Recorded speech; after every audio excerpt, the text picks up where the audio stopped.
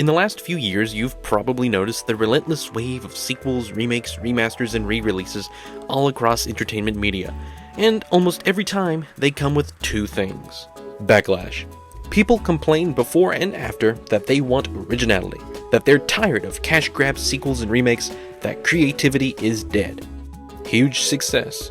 However, these projects almost always perform admirably. Despite the constant outcry that they aren't what we want, studios keep making them because audiences keep showing up. You can hardly blame them. In fact, 15 of the 20 highest grossing animated films of all time are sequels. So why do sequels and remakes and remasters find such success even though everyone is so adamant that they are not what we want? People are quick to blame nostalgia for the success of sequels and remakes, but that is not where the blame entirely lies. The real culprit is Sehnsucht. C.S. Lewis once described joy as an intense, fleeting emotion, not rooted in present pleasure, but in a deep, almost ineffable yearning. The word Sehnsucht, a German noun, translates as longing, desire, yearning, or craving. In psychology, is used to describe thoughts and feelings about all facets of life that are unfinished or imperfect, paired with a yearning for ideal alternative experiences. According to Lewis, this yearning isn't a longing for the past itself, but for something beyond it, something unattainable yet ever present in our experience. These remakes and remasters aren't simply tapping into nostalgia, they are offering the promise of rekindling that joy. The reason people are drawn to these projects is not because they are lazy or unoriginal or unwilling to try new things, it's because they are searching for a feeling they once had, and they hope, even for just a moment, to experience it again. But we never do. We never experience the same joy twice. We can find joy in the same thing more than once, but never in the exact same way. And since we already have proof joy existed in the past, that's where we go looking for it. That is our ideal alternative experience. We are not idolizing the future or some alternate reality anymore. We are idolizing the past. Say what you will about the Link's Awakening remake, some people love it, others hate it, but something I've noticed, and this isn't always the case, is that most people's reasoning for hating it are not only to do with the game itself, but how it compares to the original. The original had better art style, the original had better music, the original had a better loading screen. Now there's nothing wrong in disliking the music or the art. If you happen to not be a fan of the toy-like look, that's completely understandable, and since this is a remake, it's fair to judge it in relation to the original. But when the main reason for disliking the art isn't based on the art itself, but simply that the original was better, that is a symptom of Sehnsucht. There's nothing wrong with that being the reason. I myself am very guilty of this. My Pikmin 4 and Tears of the Kingdom reviews are completely based off the comparison of their predecessors. It is insanely obvious in my Origami King vs. Thousand Year Door video. I will not lie and say my liking of the Origami King is not due in part to me having played it first. The Origami King itself is an interesting example. The backlash against it isn't just about its mechanics or writing, but also what it represents. A change from what people originally loved about Paper Mario. The criticisms are often entangled with Sehnsucht.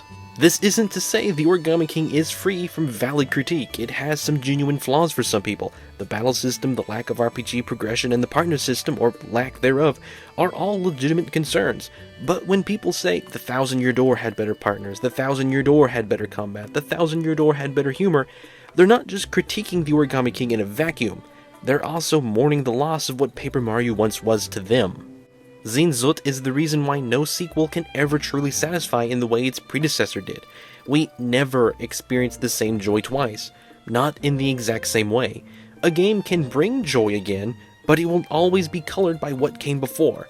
People say the Thousand Year Door was better because, for many, it represents a moment in time when they first fell in love with the series, when the writing felt fresh, the mechanics felt deep, and they weren't burdened with the expectations of recapturing something lost. The Origami King, by its own merits, in my personal opinion, is a strong game. It takes creative risks, tells a heartfelt story, and has a beautiful looking world.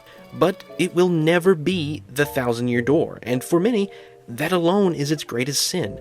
And like I said, there's nothing wrong with that. But even if Nintendo made a direct sequel to the Thousand Year Door, one that met every expectations of its fans, it still wouldn't bring them the joy they long for. And that's because no game can recreate that feeling. not the Origami King, not Paper Mario 64, not any game that tries to follow in its footsteps, not even the Thousand Year Door itself. Because what we chase isn't the game itself, but the way it made us feel in that moment in time. Here is something that might come as a surprise. We don't actually want to re-experience the past, at least as it truly was. What we want is the feeling we think it gave us. Now, I'm not saying you didn't experience joy the first time you played the Thousand Year Door back on the GameCube. Odds are it was an amazing time for you. A true experience of joy. But the way that you remember it is very likely embellished. The way I remember the past was a lot better than it actually was. The feeling is not only nostalgia, because there was genuine joy there, but Sehnsucht as well. We are remembering our past as the ideal alternative experiences. That's why remakes and sequels are so popular. They promise to revive a feeling that may never have even existed as we remember it. And also why people hate them. They can't. True joy can't be controlled or recreated on demand. But Sehnsucht makes us believe the past is where joy's at, so we keep chasing it. So that's it? We're doomed to desire a thing we can't have?